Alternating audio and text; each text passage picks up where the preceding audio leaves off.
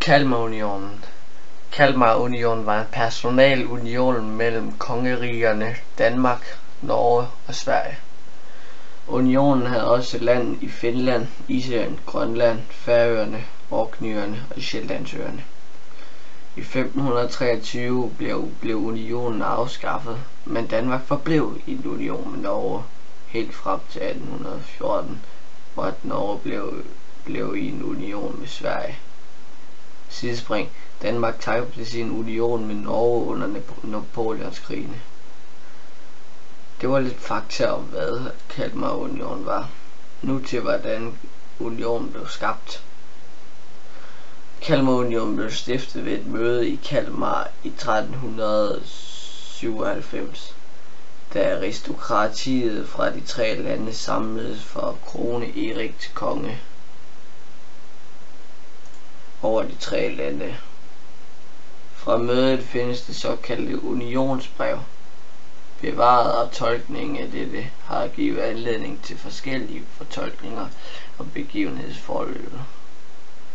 Uanset dette regerede de tre riger af en fælles konge, og Erik efterfulgtes af Christoffer af Bayern. Ved denne pludselig bortgang i januar 1448 savnede imidlertid en given efterfølger, og Danmark og Sverige valgte hver sin regent.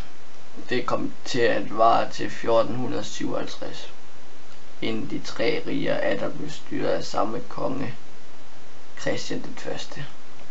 Det blev dog kortvarigt, og efterfølgere som Hans og Christian II styrede kun i korte tidsrum over Sverige. I Sverige var unionen dog hele tiden et politisk alternativ frem til valget af Gustav Vasa til konge i 1523. Nu skal vi høre lidt om unionen mellem Danmark og Norge. Da Magnus Eriksson døde i 1374 blev disse områder imidlertid ikke overdraget,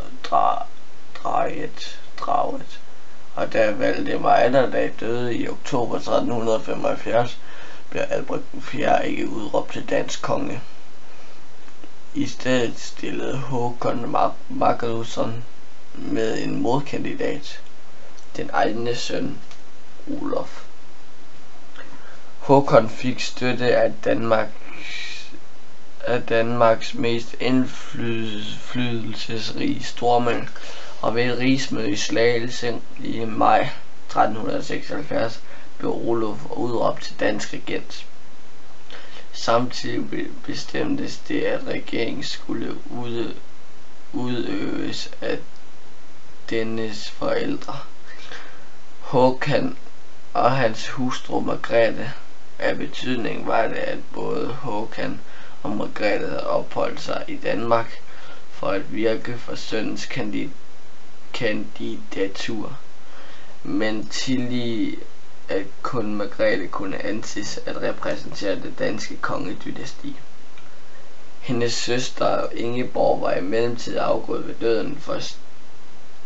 For at styrke sit krav på tronen begyndte hun at kalde sig Danmarks, Sveriges og Norges dronning under tiden frem til valget søn som konge. Ved udnævnelsen af Olaf var der ved Danmarks og Norges forening fremkommet et storvælde, som blot indbefattede de to lande, men tillige andre områder under deres styre som Skåne og Gotland. Da Håkon døde i 1380 blev Olof tillige konge af Norge, mens Margrethe virkede som hans formynder.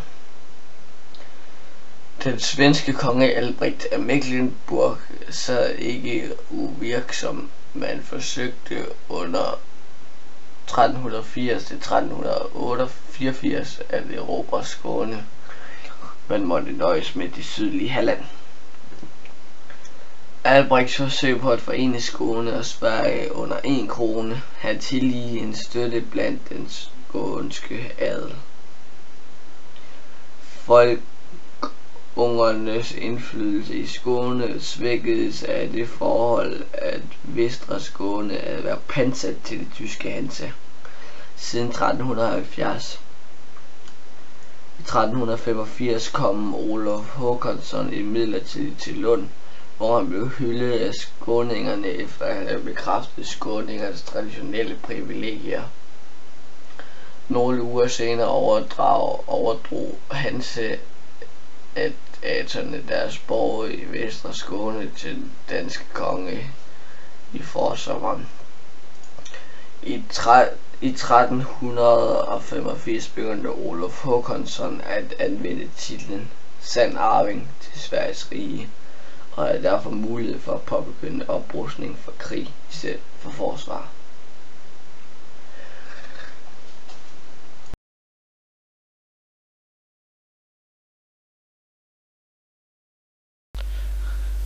Det er måske lidt svært at høre mig tale, men det er min mikrofon her måske lidt i stykker. Men jeg håber I kan lide den. Det her er hvad der kommer til at blive uploadet på min kanal sådan lidt i fremtiden. Det kommer alt på hvad I synes om den. Hvad er jeg så ellers at sige? Nå jo, husk at skrive ned i kommentaren hvad det er I vil have jeg skal lave næste gang. Hej hej.